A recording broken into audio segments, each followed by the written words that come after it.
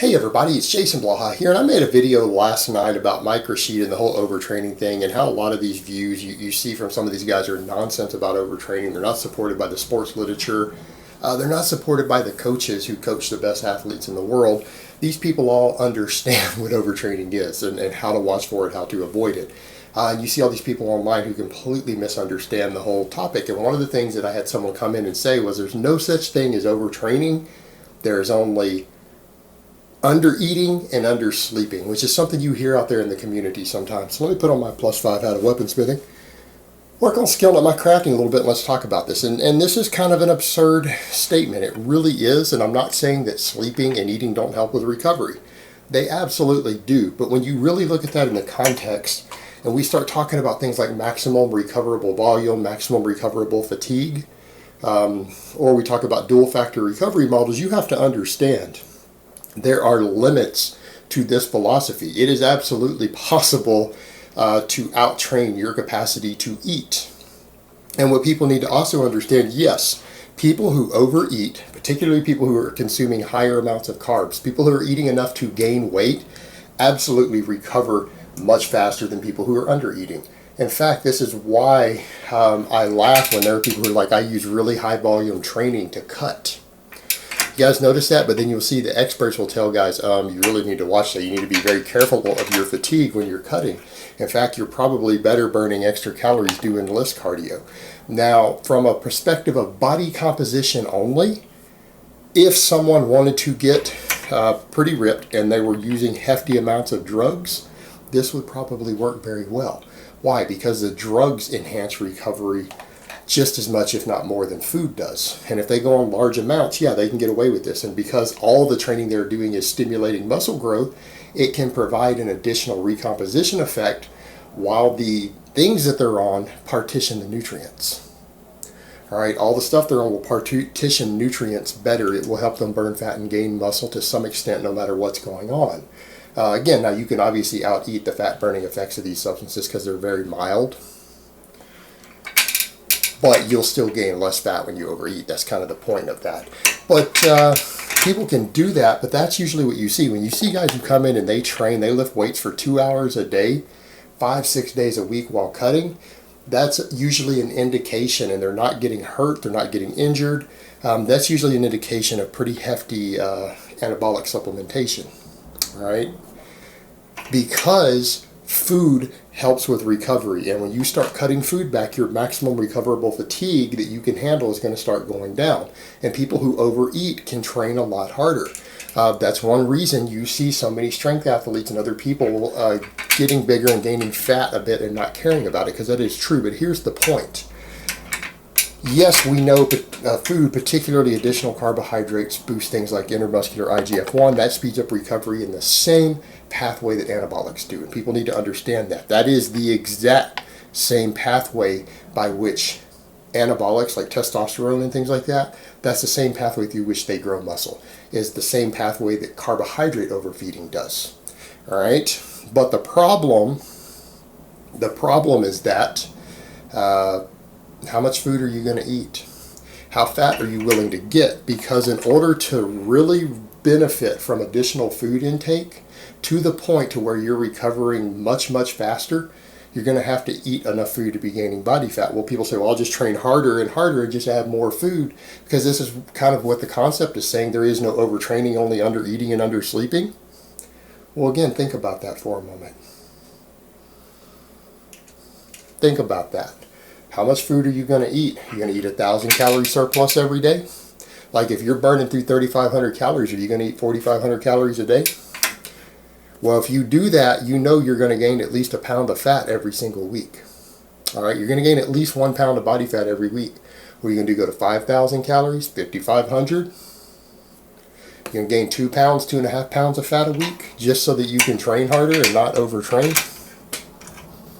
You guys see where we're going with this? You start doing that, you start gaining 2 pounds of fat every week so that you can train harder with more workload, more volume without overtraining, so that you can stimulate 5% more muscle growth. Because that's what you're doing when you're pushing yourself way beyond like that and having to way overeat in order to recover from it. people need to understand, when you double your training workload, you don't double your muscle gains. You might get 5%. In the best cases, you might see 10% more muscle gains from doubling your weekly and daily workload. All right? It's not like it's not linear. It is a tremendously diminished return on workload. It's there, you will gain more muscle, but it's not going to be a lot more. It might be best case 10% more if you double or triple the amount of work you're doing in the gym. You're putting in a lot, you're gaining a lot of fat for that at that point. And that's why this is absurd, and this line of thought doesn't make sense, because how hard are you going to train? How much are you going to overeat to do it? You're going to be willing to gain 2 pounds of fat every single week. Well, after about 12 weeks, you put on 24 pounds of fat, 25 pounds of fat. And what have you gained muscle-wise? I don't know, 2 pounds of muscle? That is what you're talking about at that point. Because people who aren't noobs don't gain muscle very fast. I mean, to gain 2 pounds of muscle in 12 weeks is extremely respectable. You're getting near drug level gains if someone is out of their noob phase. If you've been training longer than a year, to gain muscle that fast is very exceptional.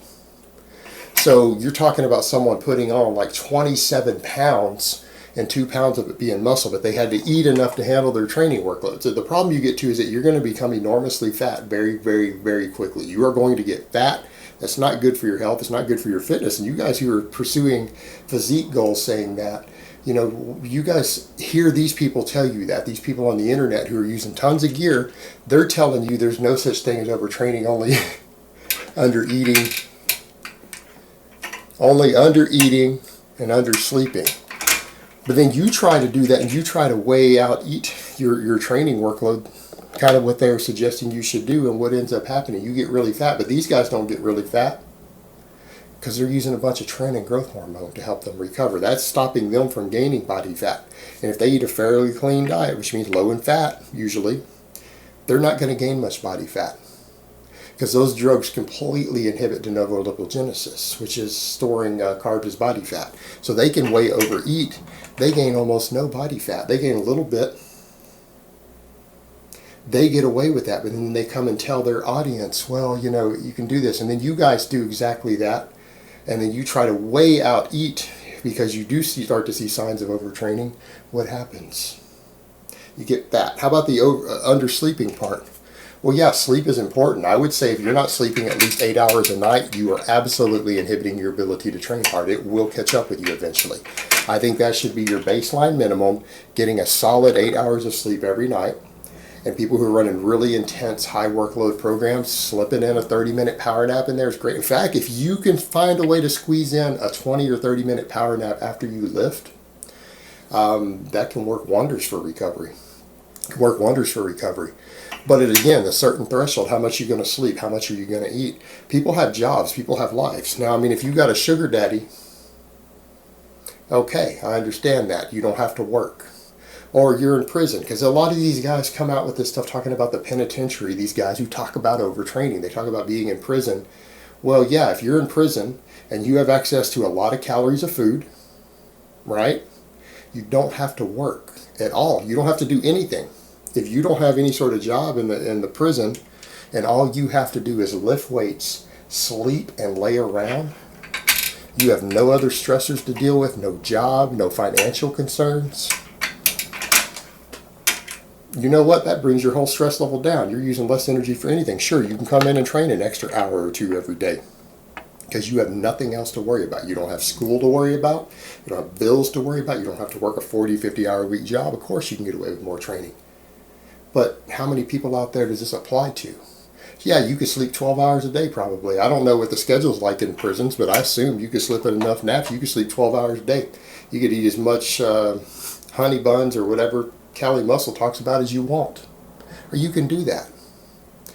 But, you know, here's the thing with all of that. This idea isn't realistic in the real world.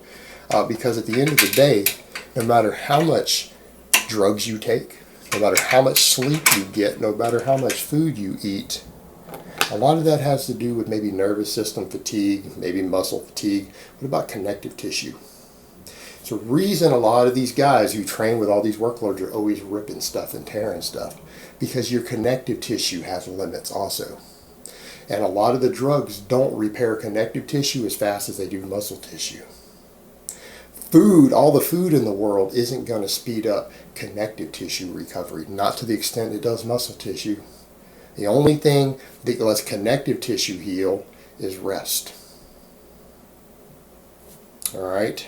And there will be absolute limits. So if you tried to take this philosophy to the fullest, you're still going to be subject to risk of connective tissue. Now, connective tissue isn't going to be overtraining per se, because overtraining is a systematic response in the body that can be measured by a doctor. There are signs that sports physicians can look at your vital signs and tell that you're overtrained, that you're reaching that threshold, because they can see a difference in your blood work, your vitals, your blood pressure, your heart rate. Everything changes for the worst. But your connective tissue can also reach a point of overuse. And when it gets overused, it gets inflamed, it hurts, and eventually it snaps. So this whole problem with this concept, it doesn't really work in the real world. And it is true that people who aren't eating enough can't train as much. That's true. People who aren't sleeping enough can't train as much. But to say that you can out-sleep and out-eat overtraining simply isn't true. There's no truth to that. There are limits to your body. And if you push hard enough, you'll find those limits. And when you find those limits, something breaks. All right, guys, but that's really all I have to say on that today. I hope it's been informative, and I will talk to you guys next time.